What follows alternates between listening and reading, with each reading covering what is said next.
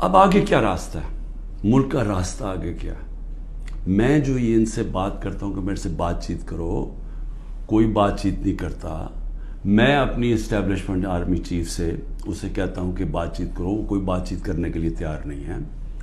میں اپنی ذات کے لیے آپ سے بات نہیں کرنا چاہتا. مجھے آپ کچھ نہیں دے سکتے. قوم میرے ساتھ کھڑی ہے، کیا کوئی دے سکتا ہے؟ میں کوئی چور دروازے تو آنا نہیں چاہتا. اگر قوم مجھے ووٹ دے گی میں تیار ہوں، لیکن اگر قوم ووٹ نہیں دے گی تو نہیں. اللہ نے تو سب کچھ، میں وہ اللہ نے کا شکر ادا کرتا ہوں ہر وقت کا جو اس نے مجھے دیا. لیکن میں بات کرنا چاہتا ہوں کہ ملک تباہی کی طرف جا رہا ہے. یہ جو بجٹ آیا ہے، اس بجٹ کے اندر ذرا آپ کو سمجھ آ جانا چاہیے کہ ہم اب کدھر ایک دلدل کے اندر دھستے جا رہے ہیں. آپ یہ سوچیں کہ فیڈرل گورنمنٹ جو سارا جب وہ پیسے دے دے گی صوبوں کو، جو 5,000 ارب روپیہ صوبوں کو جب جائے گا، تو فیڈرل گورنمنٹ کے پاس جو پیسہ بچے گا اس سے زیادہ جو ہمارا سود دینا ہے، ہم نے قرضوں کے اوپر سود دینا ہے، وہ سود اس سے زیادہ ہے. 7,300 ارب روپے کا سود دینا ہے. مشکل سے فیڈرل گورنمنٹ کے پاس بچ جائے گا 7,000 ارب سے بھی کم. تو سارا پھر ملک قرضوں پہ چلے گا.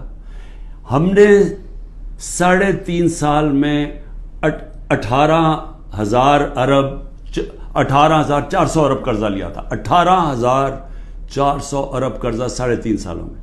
انہوں نے تقریباً 15,000 ارب قرضہ ایک سال میں لے لیا. تو یہ قرضے چڑھائے جا رہے ہیں. انڈسٹری بند ہو رہی ہے.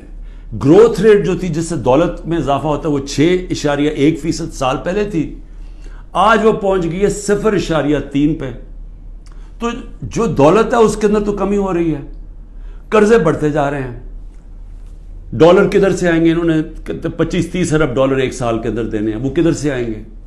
تو میں آج اس لیے یہ سوال پوچھ رہا ہوں کہ کوئی تو روڈ میپ ہوگا نا. ابھی تو روڈ میپ یہ ہے کہ کسی نہ کسی طرح عمران خان کو ختم کرو، اور اگر P T I Imran Khan سے تو اس کو ختم کرو. تو ابھی تو یہ ون پوائنٹ ایجنڈا، ساری ایجنسیز، سب کچھ، سارے ملک کے ادارے وہ اسی پہ لگے ہوئے ہیں کام کرنے.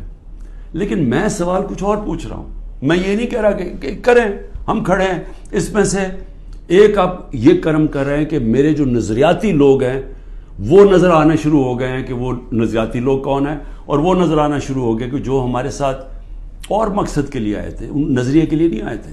تو ایک تو آپ فائدہ کر رہے ہیں کیونکہ صرف نظریاتی پارٹی اب پاکستان کو اس دلدل سے نکال سکتی ہے.